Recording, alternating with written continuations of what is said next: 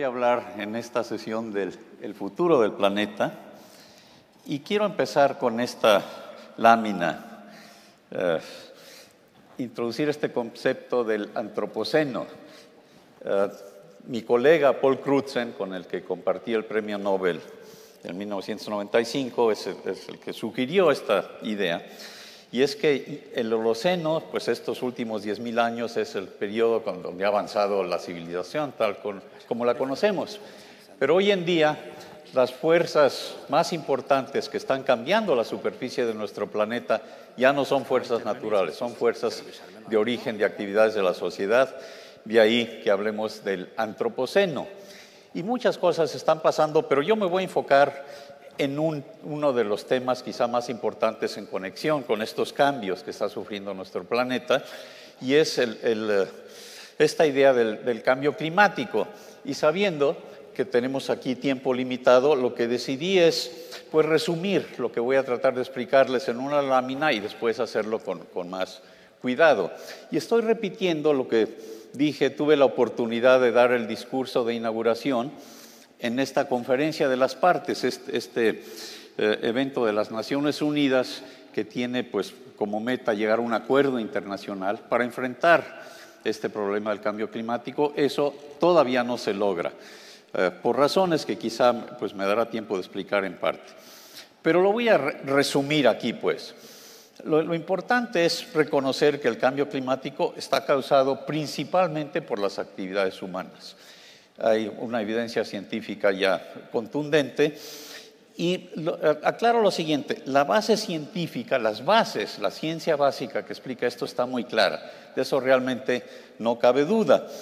Además tenemos una solución, hay una solución para enfrentar el problema, claro hay que hacer cambios muy importantes y el costo de no tomar estas acciones necesarias es claramente mayor que el costo a la economía de todo el planeta de tomar las acciones que se necesitan para pues, evitar estas consecuencias preocupantes del cambio climático. Sabemos, por supuesto, la comunidad científica pues, conoce muy bien la situación de que hay incertidumbres. El sistema climático del planeta es complejo, entonces no tenemos la certeza de las predicciones que estamos haciendo, pero la conclusión es muy clara. El riesgo de no actuar es muy significativo. No cabe duda que correríamos un riesgo enorme si simplemente ignoramos el problema. Esa es la conclusión importante y además lo que no veo ya claramente en esta lámina, pero es que yo hice un reto para pues, aquellas personas que tienen objeciones a esta conclusión de la comunidad científica, a que presentaran pues, ideas coherentes, convenciéndonos de que no existe tal riesgo. No estamos hablando de encontrar algunas fallas en el sistema científico, eso lo sabemos con mucha claridad, pero de que está muy claro que hay un riesgo importante, eso es lo que no cabe duda. Bien, pues voy a tratar de explicar un poco más esta situación. Voy a hablar de una evaluación que se hizo recientemente, en este caso en Estados Unidos. ¿Y por qué Estados Unidos? Pues porque es un país muy importante para llegar a este acuerdo internacional y de momento es el cuello de botella. No está, la política interna en Estados Unidos no permite pues, el llegar a un acuerdo internacional porque el Partido Republicano pues, ha tomado como mantra el dudar de la ciencia del cambio climático. Pero ¿a qué le llamamos la evidencia científica? Pues es que el consenso de la mayoría de los científicos, desgraciadamente veo que están perdiendo la mitad de mis láminas, pero lo voy a repetir. El 3%, que no se ve aquí en esta lámina, pero si contamos de 100, 3 científicos en principio son los que tienen objeción pues, a que este riesgo sea significativo, pero 97 forman el consenso. ¿Por qué? Porque hay un consenso de evidencia. Tengo que aclarar que estos 3 de los 100 en promedio de esta encuesta que se hizo con varios miles de científicos, estamos hablando nada más de expertos en la materia, de científicos que han contribuido de alguna manera al debate, que tienen las credenciales y además han seguido las reglas del juego que se hace normalmente en la ciencia, que es pues la base del sistema científico, ¿no? Y es que hay que hacer publicaciones, hay que tener debates, hay que explicar con racionalidad por qué hay objeciones, publicarlas y documentarlas. Así pues, hay muchos científicos que simplemente tienen la opinión de que el cambio climático pues, no es algo serio, pero porque no lo han estudiado bien o porque simplemente pues, no le han dedicado el tiempo necesario. Pero hay algunos otros que sí se dedican a eso, pero no están representados por estos tres, porque de nuevo no siguen esas reglas de la comunidad científica de publicar los resultados, de discutirlos y de contestar a las objeciones. Así es que no es el 3% de los científicos, pero sí que el cambio climático está ocasionado por actividades humanas y es un riesgo importante, es el 97%. Pero ahora el problema, y de nuevo aquí vamos no se ve claramente la diferencia, pero resulta que los medios no han cubierto con claridad esta situación del consenso pues, de la gran mayoría de los científicos. ¿Por qué? Porque los medios pues, normalmente han seguido esta idea de que hay que presentar los dos lados de una controversia. Y de tal manera que, pues, como dice la lámina, el 28% sí, de las ideas que se han presentado, en este caso en una evaluación de lo que ha salido en la televisión en Estados Unidos recientemente. El 28% está de acuerdo, pero el 72% de estos programas de televisión pues da la impresión de que no hay consenso científico y de que todo está en duda o algo así. ¿Por qué? Pues por esta idea de presentar los dos lados de una controversia, pero bueno, para simplificar y hacerlo breve, yo pongo el ejemplo de que pues hay también dos lados para explicar el movimiento de los planetas, que es la astronomía y la astrología. Sin embargo, los medios no le dan igual peso a la astrología, porque, vamos, ya está muy bien establecido. Pues es la misma situación con cambio climático. Ya no estamos en la época de la astrología, por el consenso pues tan claro de la comunidad científica, pero desgraciadamente esto ha implicado que la percepción pública sigue lo que han hecho los medios. O sea que aunque hay un 26% de la población en Estados Unidos que piensa que el cambio climático sí está ocurriendo a causa de las actividades humanas, pues un 74% pues está influenciado por lo que dicen los medios. Y esto es un problema importante. En Estados Unidos, de nuevo, resulta que pues lo que las encuestas dicen que es aproximadamente 10 a 15% de la población que realmente cuestiona este punto de que hay que preocuparse del cambio climático, es que no hay que hacer nada porque no es científico, nada más es un 10 o 15%, resulta que es el 50% en la legislatura. O sea, es el problema político interno porque es lo que el Partido Republicano en Estados Unidos ha tomado pues como regla. Y por eso, de momento, no es posible llegar a un acuerdo internacional porque sí se requiere la participación de Estados Unidos, que cumulativamente es el país que más emisiones ha emitido. Esperemos que esto cambie, que la racionalidad pues domine y que la evidencia científica pues logre lo que sea necesario. Pero voy a explicar ahora con un poco más detalle esta situación de por qué la ciencia básica está bien establecida. Sabemos que en el espacio cualquier objeto, en un momento dado como nuestro planeta, desde hace millones de años, la cantidad de energía que la recibe del Sol, sobre todo en forma de luz visible, es igual a la cantidad de energía que pierde. Y esto se estableció con mucha claridad desde principios del siglo pasado.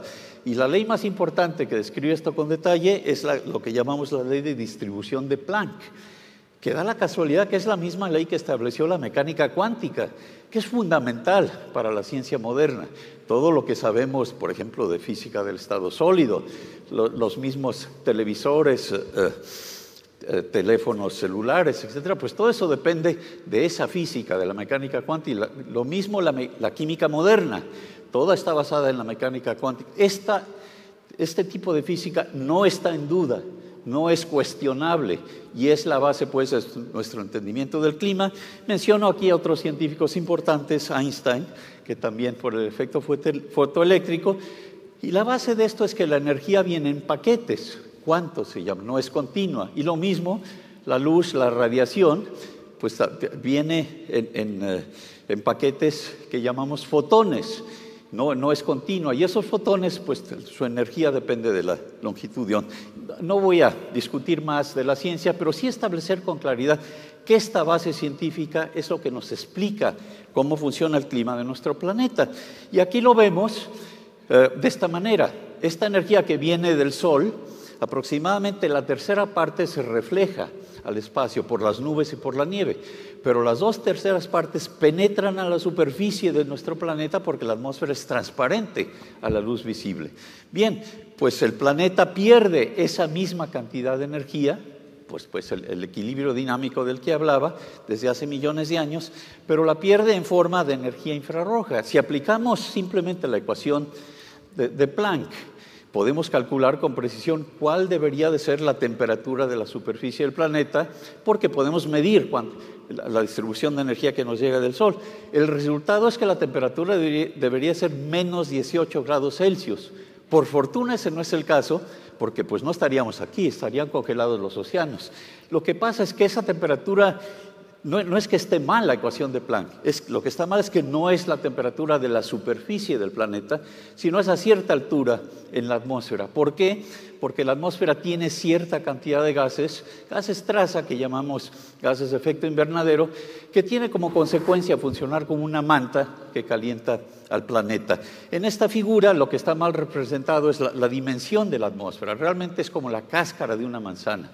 A los 10 o 15 kilómetros está concentrada la mayor parte de la masa de la atmósfera, pero juega ese papel importantísimo, pues, de calentar a la superficie, y esto tampoco se cuestiona. Esto es lo que llamamos el efecto invernadero natural, que tiene como consecuencia que la temperatura promedio de la superficie del planeta no sea menos 18, sino más 15 grados Celsius, y por eso, pues, la vida ha evolucionado como la conocemos. Esto, de nuevo, es el libro de texto, no se cuestiona. Pero, en fin, vamos a ver ahora esta cuestión muy interesante de que los dos gases más importantes que absorben en el infrarrojo y calientan la superficie son el vapor de agua, que absorbe aproximadamente las 3/4 partes de esa energía, y el dióxido de carbono. Hay otros gases, pero el dióxido de carbono es el más importante. Podría uno pensar, pues, que el vapor de agua, absorbiendo las 3/4 partes de esa energía, es lo que realmente determina el clima. Pero no, porque lo que sucede es que el vapor de agua permanece poco tiempo en la atmósfera, porque viene de la evaporación, pues, de los océanos, se condensa en las nubes, etc. Entonces, la cantidad que hay en la atmósfera depende mucho de la temperatura. Y aquí vemos el resultado de un experimento, lo que ya se sabía en libros de texto, pero un experimento con un modelo muy detallado de lo que le pasaría al planeta si elimináramos el dióxido de carbono.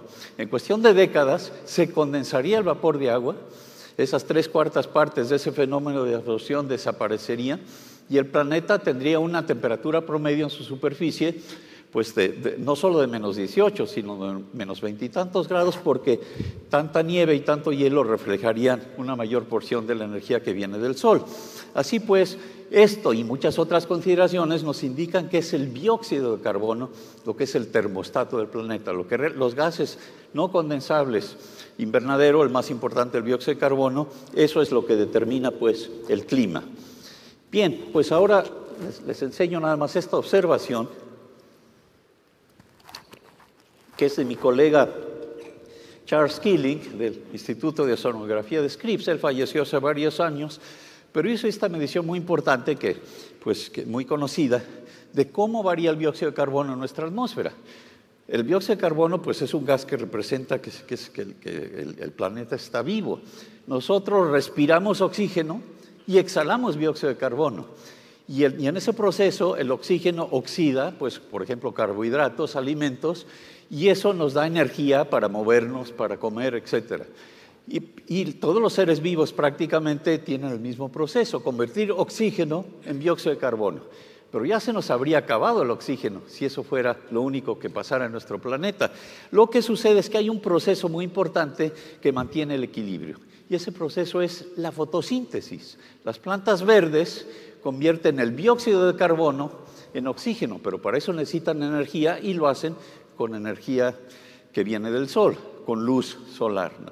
Y ese equilibrio está muy bien establecido, y por eso la medición del dióxido de carbono nos enseña estas oscilaciones, porque en verano hay más fotosíntesis y en invierno menos, y por eso varía la cantidad promedio que hay de dióxido de carbono en la atmósfera.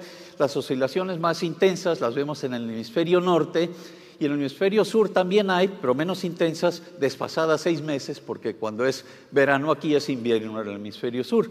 ¿Y por qué la diferencia? Pues porque la mayor parte de la masa continental de nuestro planeta está en el hemisferio norte, por eso hay más fotosíntesis en el hemisferio norte. Bien, hasta aquí todo es lo que sucede de manera natural, pero lo que vemos con claridad es que el dióxido de carbono está aumentando. Y lo que también no cabe duda es que está aumentando como consecuencia de actividades humanas la quema de combustibles fósiles. Muchos indicadores, isótopos, etcétera, lo demuestran. Así pues, a lo que voy ahora es a lo siguiente. Voy a tratar de resumir de dónde viene este consenso de la comunidad científica de que somos nosotros los que estamos causando pues este cambio climático. Y lo voy a hacer resumiendo el resultado principal de este panel intergubernamental de cambio climático, que fue el que compartió el Premio Nobel de la Paz con Al Gore en el 2007. Es un grupo voluntario de científicos que evalúan la literatura científica, no hacen investigación. Y en resumen es lo siguiente, esto ya se sabía desde hace tiempo, que la composición química del planeta ha cambiado de manera pues muy clara, pero muy brusca, a partir de la revolución industrial. El dióxido de carbono ha aumentado aproximadamente en 30% su composición, pero repentinamente, o sea, había estado en ese equilibrio pues por muchos miles de años. También el metano, que es otro gas afectado por actividades humanas, el ganado y los raizales son parte del origen de ese otro gas que también afecta al clima. Pues bien, también hay mediciones de temperatura promedio, pero no hace 1000 años, no se medía directamente, pero se puede inferir por estudio del espesor de anillos de árboles y corales, etc. Pero la conclusión muy clara de distintos grupos de investigación es que, sobre todo a partir de mediados del siglo pasado, la temperatura ha aumentado. Parece que no es mucho, pero es 0.7, 0.8 grados Celsius. Bien, pues el consenso de este panel intergubernamental es que este cambio de temperatura es precisamente consecuencia del cambio en la composición química. Pero dada la complejidad del sistema, pues no están. Yo soy parte de ese grupo, por cierto, así es que por eso puedo decir, no estamos totalmente seguros. Hay algo de incertidumbre, pero podemos hablar de probabilidades, de ahí riesgo. El consenso de este grupo, pues, de científicos de todo el mundo, de todo el planeta, es que la probabilidad de que esto sea cierto es 90%, pero hasta ahí llega la ciencia. Hacer o no hacer algo depende ya no de un juicio científico, sino de lo que decida la sociedad con respecto a lo que pueda pasar. Incertidumbres, ya no me da tiempo de explicarlas, pero por ejemplo el rol de las nubes es complicado y pues por eso no tenemos la certeza absoluta. Una discusión normal es, bueno, sabemos que el clima ha cambiado en épocas geológicas anteriores.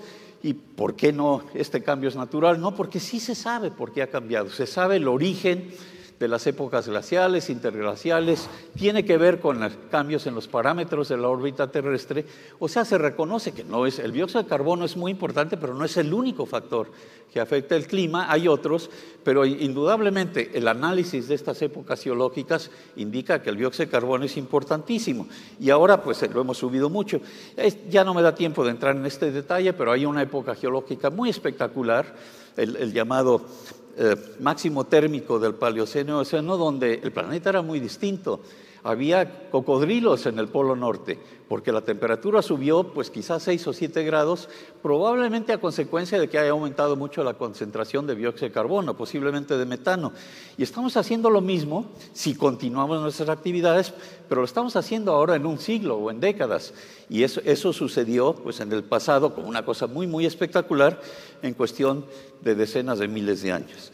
Bien, ¿por qué nos preocupa ese pequeño cambio de temperatura? Pues nos preocupa porque hay posibles efectos que llamamos efectos extremos de clima, inundaciones, sequías, que son muy costosas y su frecuencia claramente está aumentando en todos los continentes. Lo mismo, incendios forestales, la frecuencia de estos eventos extremos, no cabe duda que está aumentando y la comunidad científica lo está estudiando con mucho detalle, pero sí el consenso empieza a ser muy claro de que estos cambios o sea, se deben a este impacto de la actividad humana. No es que una inundación específica se pueda atribuir al cambio climático, pero el hecho de que sea más intensa es lo que está afectado pues, por estos cambios en la composición química del planeta.